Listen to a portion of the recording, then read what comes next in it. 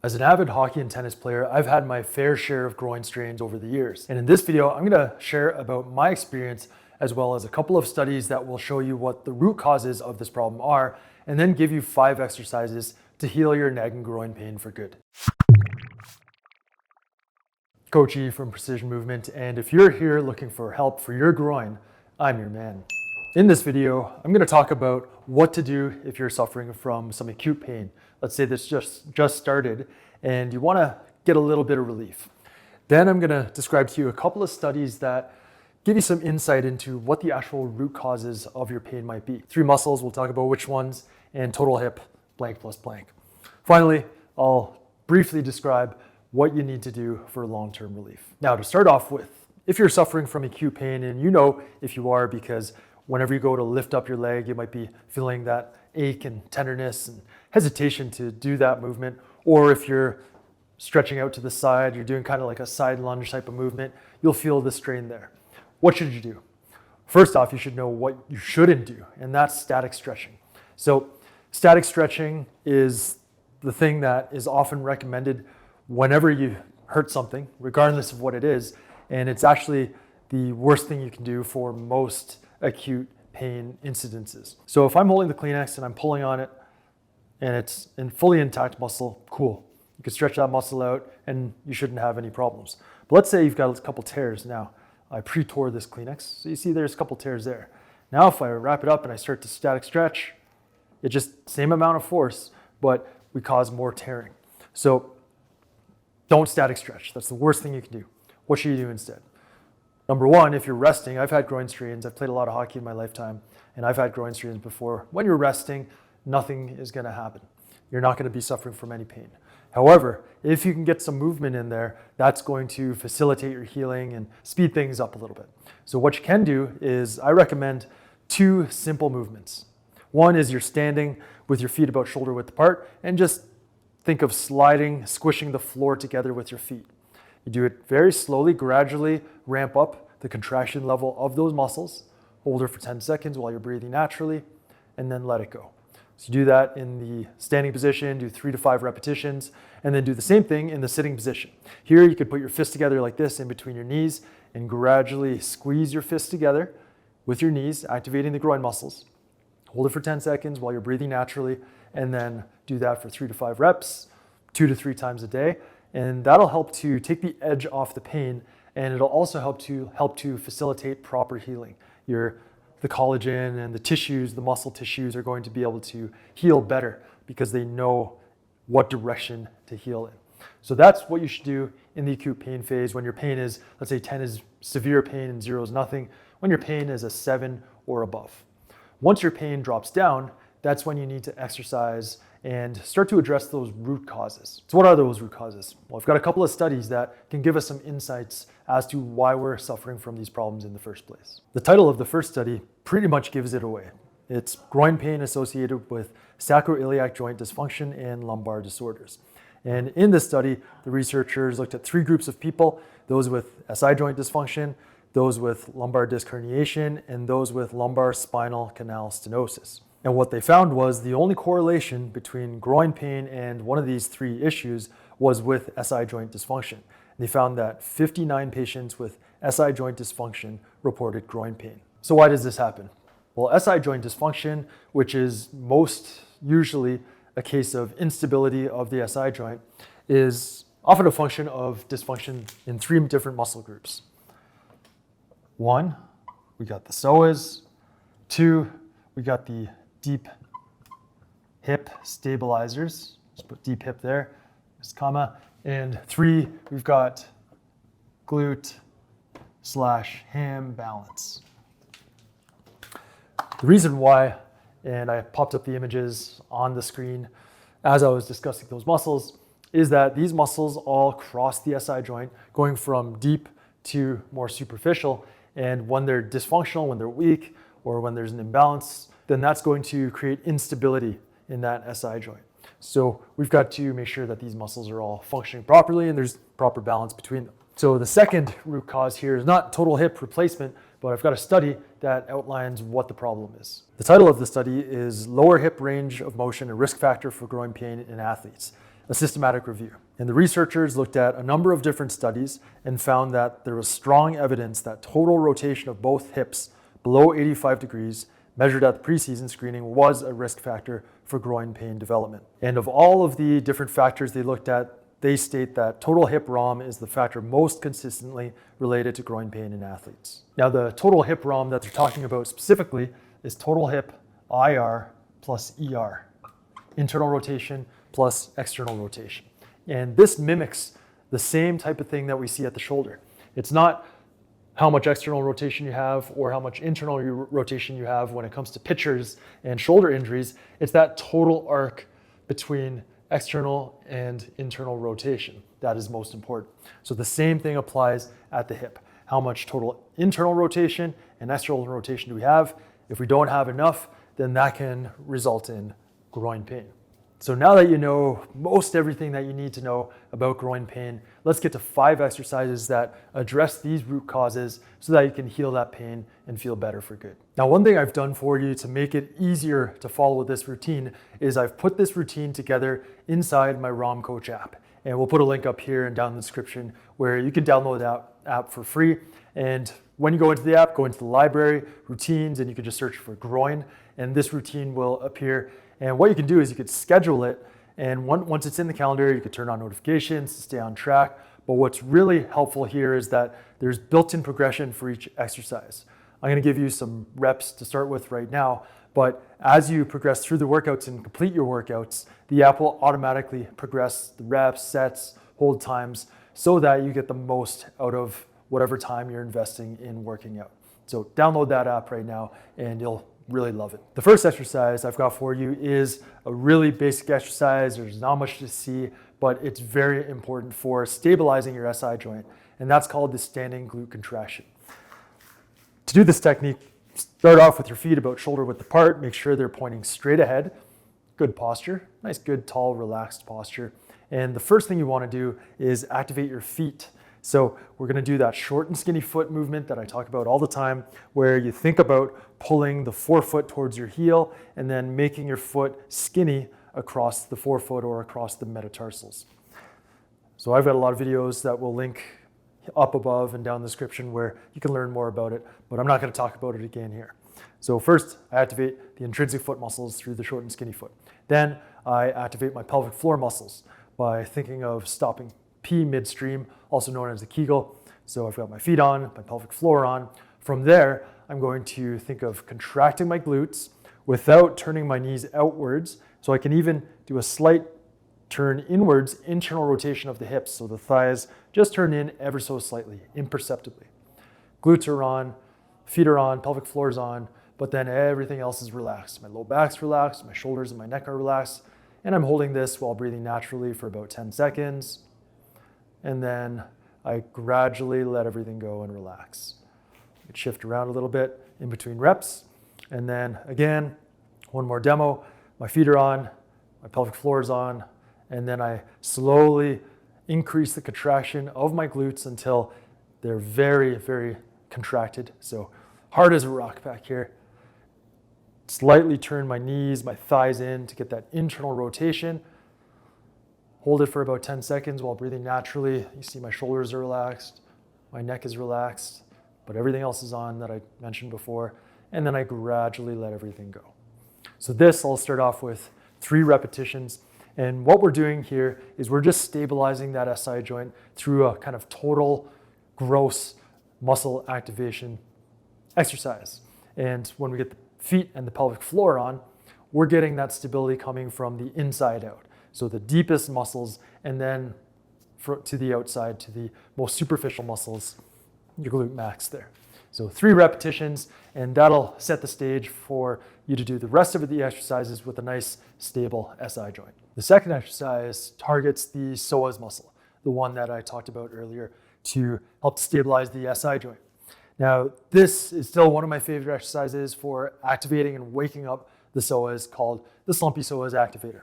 For this exercise, you need a fairly stable seat. I've got this little piano stool I got off Amazon. And you start off, feet are flat on the ground, kind of sitting at the edge of the seat here. And then I get into a really bad slumpy posture. My Spine is rounded, my tail is tucked, so I'm in a posterior tilt, my head is forward. From here, I'm going to lift up one leg off the ground, just a couple inches, and then I'm going to put my opposite hand just kind of on top of that leg. From here, I'm going to apply pressure, push my knee into my hand and my hand into my knee, and then I'm going to maintain that pressure as I totally straighten up and get that nice curve in my spine, chin tucked in so I'm nice and tall, and then I'm thinking of not only pressing hand into knee, knee into hand, but also pulling the leg in towards my pelvis. Once I've got all that on and my ankle's relaxed, I hold that for 5 seconds while I'm breathing naturally. And what you should feel is the muscle, the psoas muscle in this area, activated. Maintain that activation, lower your foot to the ground, relax everything, and then repeat on both sides. So even if you have groin pain only on one side, we want to maintain balance and make sure this muscle is working properly on both sides. So again, start off in a really slumpy posture, lift my foot off the ground a couple inches, put my opposite hand on my knee, and then press. And as I'm maintaining that pressure, I'm getting tall and sucking the leg in towards my pelvis, keeping my ankle relaxed and breathing naturally. Hold that for 5 seconds. Keep the contraction on in that muscle that you're feeling in the psoas here, the front of the hip, as you lower down to the ground. Relax everything, and then you repeat again. This exercise is great because it activates the muscle in its two main functions. One is, we always know of the psoas as the hip flexor, bringing the knee up towards the chest, that's hip flexion. But also the psoas, because of where it originates, it starts on the lumbar spine, it contributes to lumbar extension. So when we're holding here, we're working that hip flexion function, but then when we straighten up, we've already got that muscle on, we've pre-activated it, and now it can contribute to this lumbar extension movement. And this movement is one that is often lost, especially when you do a lot of sitting. Because you're sitting there, you don't have to do anything. Your spine, none of the muscles have to work to sit. You're fully supported, you got a backrest, you're slouching, and the psoas shuts off. That's why this exercise is amazing for you, and that's why you should be doing it, not only if you have groin pain, but if you want to just keep moving freely and without pain. The third exercise is the standing hip IR/ER, that's internal/external rotation. And this targets the total hip range of motion root cause that might be causing your groin pain in the first place. For this technique, we're going to stand on one foot. So right now I'm going to put most of my weight on this foot, but then I want to get into a good, natural, relaxed posture. From here, I'm going to activate the intrinsic foot muscles again through the short and skinny foot, just a little bit. We don't need to be going all out on that. And then I'm going to put all of my weight on this foot. I'm going to lift up the opposite foot, and I'm going to rotate. So I think of my belly button rotating, and my knee is slightly bent. And then I'm going to hold there for 5 seconds, and I'm going to try to get deeper into that internal hip rotation range of motion, even though there's nothing happening. There's no more movement occurring. I'm trying to get deeper. And then I'm going to go into external rotation. Here again, think of the belly button. You're shining a flashlight or a laser is coming out of your belly button. My kids would like that analogy. And then I'm going to get there, and I'm going to try to get deeper, activating the hip muscles to try to do so. And then I bring myself back to neutral and switch sides. So again, the key point here is even though there's no movement occurring, you're trying to get deeper into that range of motion. That's going to maximally activate the muscles that you're targeting and get you the most bang for your buck. Repeat for 4 reps on each side, holding each internal and external ranges for 5 seconds each, and that's going to help to wake these muscles up and help you to gain the rotational range of motion that you need at your hips to protect your groin. The fourth exercise is going to help to restore the balance between your glutes and your hamstrings. One thing that often happens is the glutes can shut off and get weak, and then the hamstrings get kind of tight and taut because they're compensating for the glutes that aren't working properly. So this technique is the hinged knee flex, and it restores both hamstring length and range of motion, and also restores glute activation. For this technique, start off with feet about shoulder width. And again, we can activate the feet muscles, the foot muscles with that short and skinny foot activation. So get that going a little bit, knees slightly bent. And what I'm gonna do is a hip hinge or like a stiff like deadlift type of movement. So I'm maintaining neutral spine. My spine isn't bending or moving at all. And I'm just gonna tilt over at my hips. So this is the pivot point, the only pivot point. Once I get down to where I feel my hamstrings are taut, I hold that position. Think of squeezing the glutes as hard as I can, poke them. Glutes of steel here. And then I'm going to slowly straighten one knee out, hold it for 2 seconds, and then return to the start position. I'm gonna do that on the other side, slowly straighten the knee out, fully straight, activating my quads to straighten the knee, and then return to that start position. And then coming up, thinking of keeping the glutes on, squeezing the glute muscles the whole time, and then relax once you're at the top. You see why we're called precision movement here. Again, I'm gonna demonstrate feet, intrinsic foot muscles on with the short and skinny foot, knees slightly bent, starting off in a good neutral but relaxed posture. I'm gonna hinge at the hips. This is my pivot point here. Think of keeping the glutes on, but it's more important to, once you're at the bottom, make sure that your glutes are on there. A lot of people lose it and have trouble keeping them on when they go down, but then they can reactivate them at the bottom. So here, poke them if you need to wake them up, and keep the glutes on as you straighten one knee slowly. Hold it for a couple seconds as you're breathing naturally, and then return to start, and then straighten the other knee slowly. Hold it for a couple seconds, glute stays on, and then return to the start position, and keeping the glutes on as best as you can. Come up tall and relax everything at the top. So this is the hinge knee flex, and it's gonna restore hamstring length, glute activation, and the balance, the activation balance between the two. Now this fifth and final exercise is one you actually shouldn't be doing in the initial 2 to 4 weeks of rehabbing from groin pain.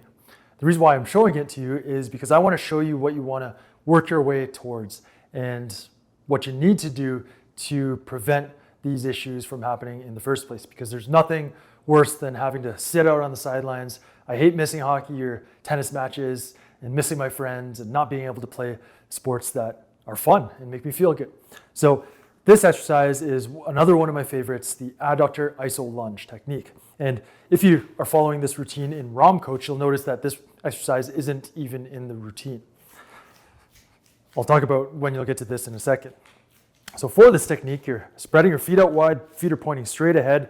Again, we can get some short and skinny foot activation because we want that activation from the ground up. We're getting that proprioception, the sensory awareness of how our body should interact with the ground, and that starts with the foot, and that's why we need these foot muscles functioning. So I'm spreading my feet out wide, I'm keeping my knees slightly bent and keeping everything pointing straight ahead. So good posture here, I'm not slouched under and rounded. I'm in good, neutral, relaxed posture. And the first thing I'm doing is I'm going to activate the groin muscles, get them on. And from here, I'm going to pull myself over to one side. So one knee is straight and this knee is bent. So it's like a lateral type of lunge.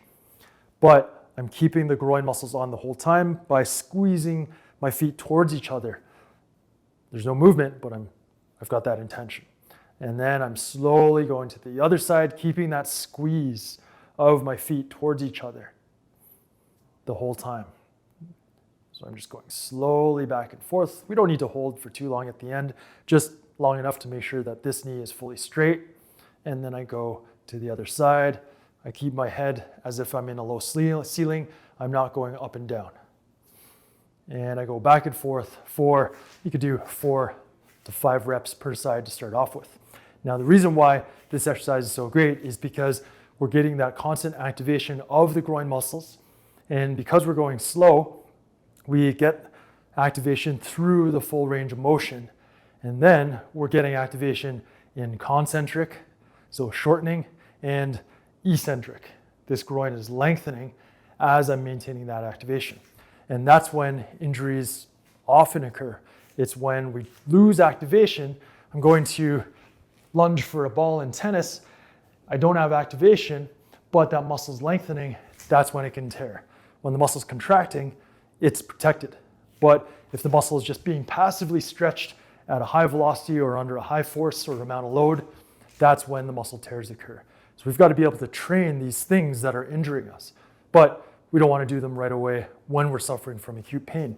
We've got to build up and address those root causes first, and then build up to exercises like this that will help us to prevent the issue from happening again in the future.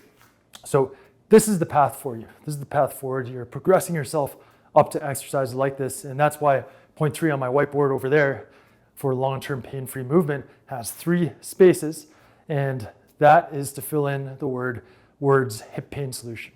That's what you want to work yourself up towards. And you could get this program inside ROM Coach. Follow this 5 exercises, or I guess 4 exercises to heal groin pain first for anywhere from 2 to 4 weeks, and then stick yourself into the hip pain solution to ensure that you address all of the problems around your hips and your knees that could cause groin pain or some other issues in the future.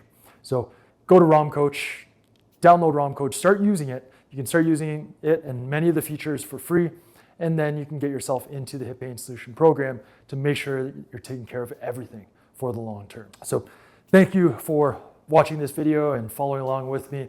It's always fun to do these videos for you and hear your feedback and how the exercises and this precision movement approach is working for you. I'm gonna post a couple other videos here and here with more exercises that will help you with your hips and your knees and your body.